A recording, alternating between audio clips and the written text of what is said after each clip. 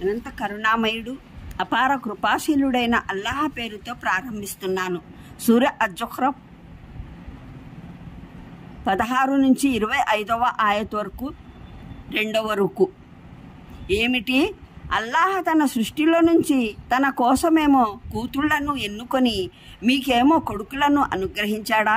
పరిస్థితి ఏమిటంటే కరుణామయుడైన దైవానికి ఏ సంతానాన్నైతే వీరు ఆపాదిస్తున్నారో అది పుట్టిందన్న శుభవార్త స్వయంగా వీరిలో ఎవరికైనా అందజేస్తే అతని ముఖాన నలుపు అలుముకుంటుంది. అతను దుఃఖభరితుడైపోతాడు. అల్లాహ్ భాగ్యంలో ఆభరణాలలో పోషించబడేది వాదన చర్చల్లో తన ఉద్దేశాన్ని పూర్తిగా విశదపరచజాలనిదైన సంతానమే వచ్చిందా? దైవదూతలు కృపాకరుడైన దేవుని విశేష దాసులు. వారిని వీరు స్త్రీలుగా నిర్ణయించారు. వారి శరీర నిర్మాణం ఏదైనా వీరు చూశారా? వీరి ఈ సాక్ష్యం నమోదు చేసుకోవడం జరుగుతుంది. వీరు దీనికి జవాబు చెప్పుకోవలసి ఉంటుంది. వీరంటారు, ఒకవేళ కారుణ్య ప్రభువు మేము వీటి ఆరాధన చేయరాదని కోరుకున్నట్టయితే మేము ఎన్నడూ వీటిని పూజించేవారము కాము. వీరు ఈ వ్యవహారంలోని వాస్తవికతను అసలే ఎరుగరు. కేవలం ఊహల బాణాలు వదులుతూ ఉంటారు. మేము లోగడ వీరికి ఏదైనా గ్రంథాన్ని ఇచ్చామా? తమ ఈ దైవదూతల పట్ల భక్తికి దాని ప్రమాణం ఏదైనా అందులో వీరి వద్ద ఉన్నదా? అదేమీ కాదు. వీరనేది ఏమిటంటే మేము మా తాత ముత్తాతలను ఒక విధానం ఆచరిస్తూ ఉండగా చూశాము. మేము వారి అడుగుజాడలలోనే నడుస్తాము. ఇదే విధంగా నీకు పూర్వం ఏ జనావాసంలోనైనా మేము భయపెట్టేవాడిని పంపినప్పుడల్లా దాని స్థితిపరులైన జనులు ఇదే మాట అన్నారు. మేము మా తాత ముత్తాతలను ఒక విధానాన్ని అవలంబించడాన్ని గమనించాము. మేము వారి అడుగుజాడలనే అనుసరిస్తున్నాము. ప్రతి ప్రవక్త వారిని అడిగాడు, మీ తాత ముత్తాతలు అనుసరించిన ఆ దారి కన్నా ఇతోధికంగా సరైన దారిని నేను మీకు చూపెట్టనా? మీరు అదే బాటన సాగుతూ ఉంటారా అని. దానికి వారు దైవ సందేశహరులందరికీ ఇదే సమాధానం ఇచ్చారు. ఏ ధర్మం వైపునకు పిలుపునివ్వడానికి నీవు పంపబడ్డావో మేము దాని తిరస్కారులము. చివరికి వారి సంగతేమో మేమే చూసుకున్నాము. చూసుకోండి, తిరస్కరించే వారి అంతిమ పరిణామం ఏమైందో.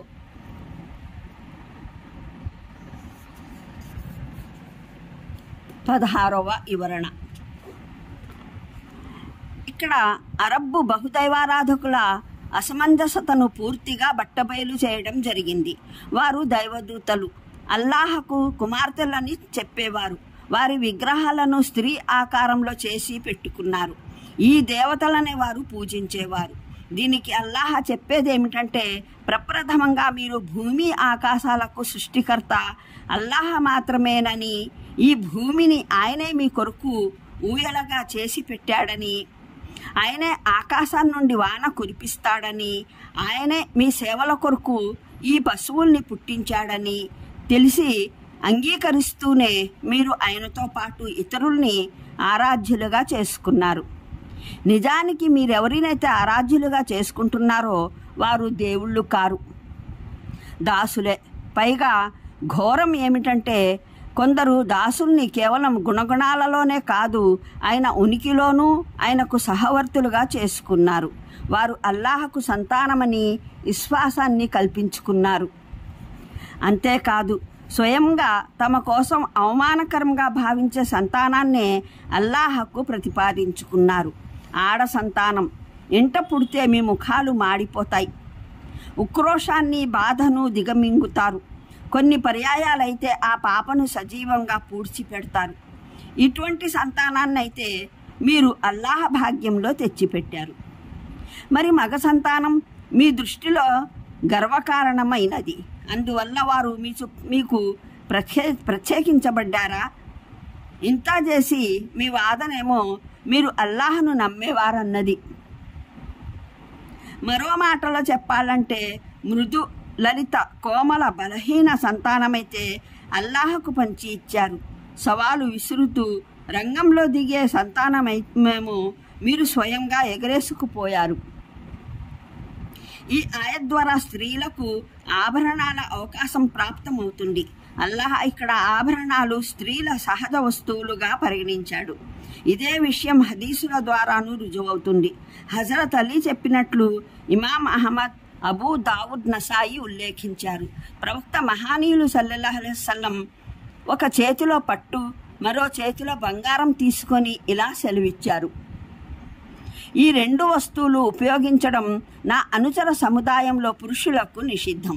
హజరత్ అటు మూసా అష్అరీ ఉల్లేఖనాన్ని తిర్మిజీ, నసాయి ఉటంకించారు. అందులో ప్రవక్త శ్రీ సల్లల్లాహు అలైహి వసల్లం ఇలా సెలవిచ్చారు: పట్టు, బంగారం నా అనుచర సమాజంలోని స్త్రీలకు హలాల్, ధర్మసమ్మతమైంది, పురుషులకు హరాం, నిషిద్ధమైంది. అల్లామా అబూబకర్ జస్సాస్ అహకముల్ ఖురాన్లో ఈ విషయాన్ని చర్చిస్తూ క్రింది ఉల్లేఖనాలను ఉటంకించారు. మహానీయ ఆయిషా రజియల్లాహ ప్రకారం ఒకసారి హజరత్ జైద్ బిన్ హారిసా రజీ కుమారుడు ఉసామా బిన్ జైద్ రజీకు గాయమై రక్తం కారసాగింది. దైవ సందేశహరులు సల్లల్లాహు అలైహి వసల్లం ఆయన్ని తన సంతానంలా ప్రేమించేవారు. ఆయన సల్లల్లాహు అలైహి వసల్లం ఉసామా రజియల్లాహకు కారుతున్న రక్తం నోటితో పీల్చి ఉమ్మివేస్తున్నారు.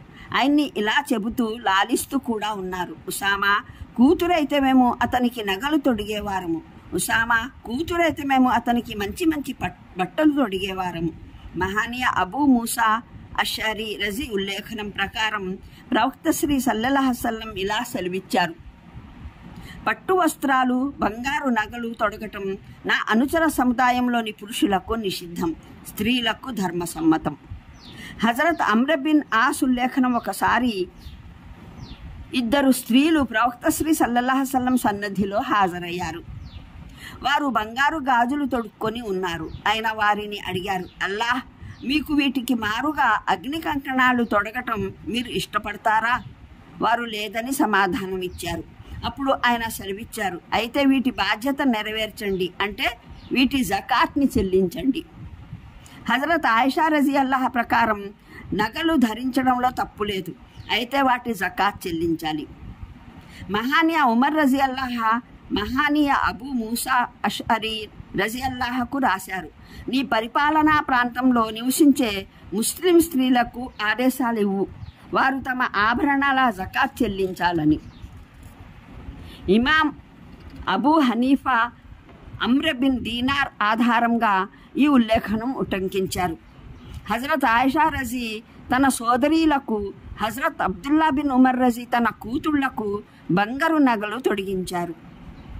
ఈ ఉల్లేఖనాలన్నింటినీ ఉటంకించిన తరువాత అల్లామా జస్సాస్ ఇలా రాస్తున్నారు: ప్రవక్త మహానీయులు సల్లల్లాహు అలైహి వసల్లం సహచర మహానీయులు రజియల్లాహుల ద్వారా స్త్రీలకు బంగారు పట్టు ధర్మసమ్మతమని వచ్చిన ఉల్లేఖనాలు, అవి ధర్మసమ్మతం కావని వచ్చిన ఉల్లేఖనాల కన్నా ప్రతీతి చెందినవి, ప్రముఖమైనవి. పై ఆయత్ కూడా ఇది ధర్మసమ్మతమన్న దాన్ని సాధారణంగా బలపరుస్తుంది. ఆ పైన ప్రవక్త మహానీయులు సల్లల్లాహు అలైహి వసల్లం ప్రవక్త సహచరులు రజియల్లాహ కాలం నుండి మన కాలం వరకు, అంటే 4వ శతాబ్ది హిజ్రీ చివరి రోజుల వరకు సముదాయం ఆచరణ కూడా దీనికి అనుగుణంగానే ఉంది. దీనికి ఎవరూ అభ్యంతరం చెప్పిన దాఖలాలు లేవు. ఇటువంటి విషయాలలో ఒక్కగానొక్క ఆధారంతో వచ్చిన సమాచారాన్ని బట్టి ఎటువంటి ఆక్షేపణలను స్వీకరించడం జరగదు.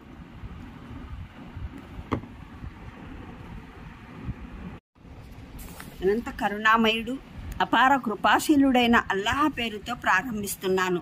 సూర అజ్-జుఖ్రఫ్ 16 నుంచి 25వ ఆయత్ వరకు 2వ రుకు.